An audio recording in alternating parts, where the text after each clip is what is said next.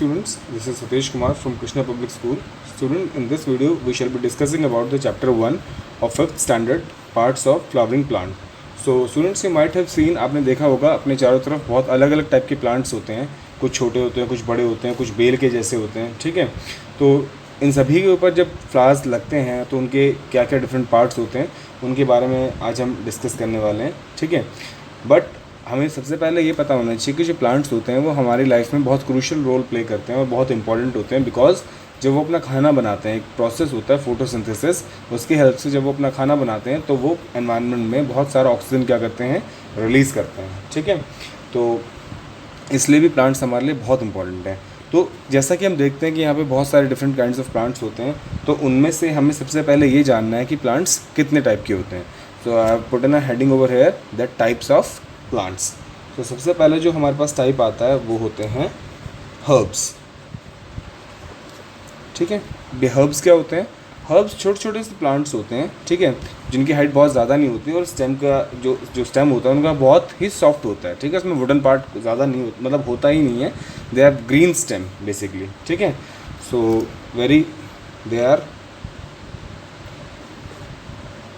They are short plants with soft stems, ठीक है। जो तना होता है उनका बहुत सॉफ्ट होता है। अगर इसमें एग्जांपल के बेसिस पे अगर हम देखें तो एग्जांपल के बेसिस पे हमारे पास कौन कौन से आ जाएंगे, जैसे टोमेटो का प्लांट होता है, बहुत छोटा सा होता है, ठीक है। तुलसी होता है जो सबके घरों पे होता है, ठीक है ना, तुलसी। और मिंट होता है जैसे पुदीना। सो ये सब की चीज़ें किसके अंदर आ जाती हैं, हमारी हर्ब्स के अंदर आ जाती हैं, ठीक है।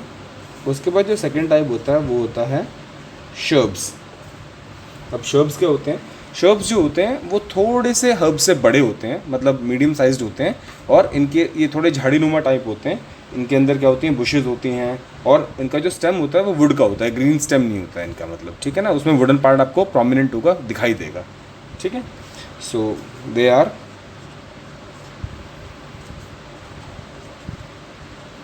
Medium sized plants with bushes and wooden stem, ठीक है। तो ये मीडियम साइज़ के प्लांट्स होते हैं और इनमें बुशेज़ होती हैं, जैसा मैंने बताया, झाड़ियाँ वगैरह। और इनका स्टेम जो होता है वो किसका होता है? स्टेम जो होता है वो लकड़ी उसमें आपको प्रोमिनेंटली ईजिली दिखाई देगी। इनके अंदर इतना लकड़ी वाला पार्ट आपको दिखाई नहीं देगा, बहुत सॉफ्ट होते हैं, सब कुछ इनका ग्रीनिश ही होता है, ठीक है। ओके, जो थर्ड कैटेगरी आती है वो आ जाती है अब हमारे पास ट्रीज़। और ट्रीज़ में तो आपको कोई डाउट होगा ही नहीं, you all are well aware about the trees, सब जगह होते हैं, ठीक है ना। तो जो प्लांट्स बहुत बड़े साइज़ के होते हैं, ब्रांचेस होती हैं, वुडन ट्रंक्स होते हैं, जिनके मतलब अच्छे खासा मोटा तना होता है, ठीक है ना, बहुत सारी ब्रांचेस होती हैं, उनको हम क्या बोलते हैं? ट्रीज़ बोलते हैं। जैसे मैंगो का होता है, नीम का होता है, कोकोनट का होता है, ठीक है। So they all are trees. They are very big sized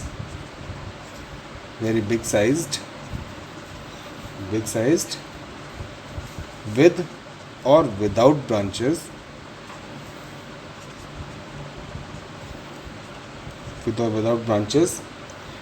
but with woody trunks मतलब लकड़ी के बहुत हैवी तने होते हैं उनके, ठीक है। उनको क्या बोलते हैं? हम ट्रीज़ बोलते हैं। और इनका एग्जांपल क्या हो जाएगा? शर्ब्स का एग्जांपल नहीं लिखा मैंने यहाँ पे, इसमें एग्जांपल आ जाएगा जैसे आपका रोज़, सनफ्लावर, ये सारे के सारे किसके होते हैं एग्जांपल? आपके शर्ब्स के होते हैं। ट्रीज़ में आपका एग्जांपल आ जाएगा जैसे मैंगो का ट्री होता है, ठीक है, नीम का ट्री होता है, और जितने भी बड़े बड़े जैसे यूकेलिप्टस भी होता है। तो ये सारे के सारे एग्जाम्पल्स किस में आ जाएंगे? आपके पास ट्रीज़ में आ जाएंगे, ठीक है। उसके बाद नेक्स्ट आता है हमारे पास क्लाइंबर्स जो होते हैं, ये इनके जो स्टेम होता है ये अल्ट्रा सॉफ्ट होता है, मतलब बहुत ही ज़्यादा सॉफ्ट स्टेम होता है, जो अपने बेसिस पे खड़ा नहीं रह सकता है। इसको किसी और का सहारा लेके, चाहे वो कोई स्टिक हो या कोई दूसरा अदर ट्री हो, जिसके सहारे ये क्या करता है? मूव करता है और बढ़ता है, ठीक है। इसको हिंदी में हम बेल कहते हैं। जो बेलें होती हैं ना, जैसे आपके पास ग्रेप्स की बेल होती है, ठीक है ना, ग्रेप्स के क्लाइंबर्स होते हैं।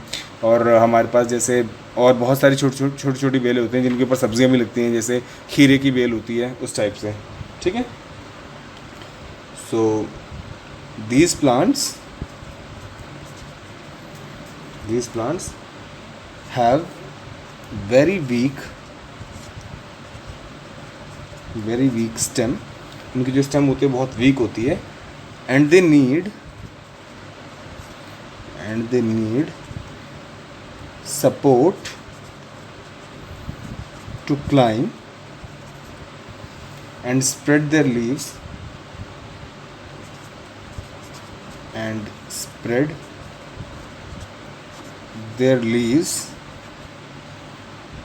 for their growth.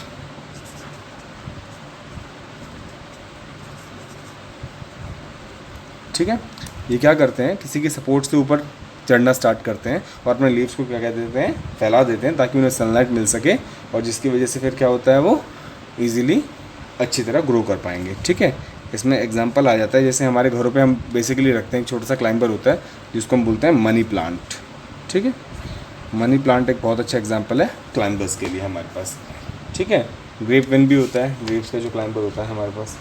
ओके, सो ये आ जाता है हमारे पास टाइप्स ऑफ प्लांट्स के अंदर.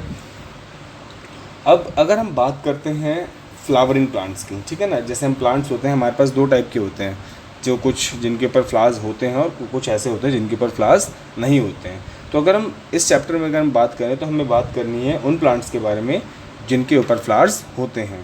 तो जिन प्लांट्स के ऊपर फ्लावर्स होते हैं उन प्लांट्स को हम उनके दो बेसिक सिस्टम होते हैं. ठीक है ना, मतलब सिस्टम यू कैन से कि दो मेन पार्ट्स कह सकते हो आप उनके, एक रूट सिस्टम और एक शूट सिस्टम. ठीक है, जो रूट सिस्टम होता है वो क्या होता है, नीचे होता है ज़मीन से. रूट आपको पता है, जड़ जिसको बोलते हैं, वो ज़मीन से नीचे होता है. और जो शूट होता है उसको ऊपर वाला पोर्शन होता है प्लांट का, जो हमें दिखाई देता है प्लांट का, उसको हम बोलते हैं शूट सिस्टम. ठीक है, जैसा मैंने आपको बताया, किसी भी प्लांट के दो सिस्टम हो सकते हैं, रूट सिस्टम और शूट सिस्टम. किसी भी फ्लावरिंग प्लांट के तो रूट सिस्टम वो होता है जो ज़मीन के अंदर होता है और शूट सिस्टम वो होता है जो ज़मीन के ऊपर हमें दिखाई देता है. इसके बारे में हम कल डिस्कस करेंगे.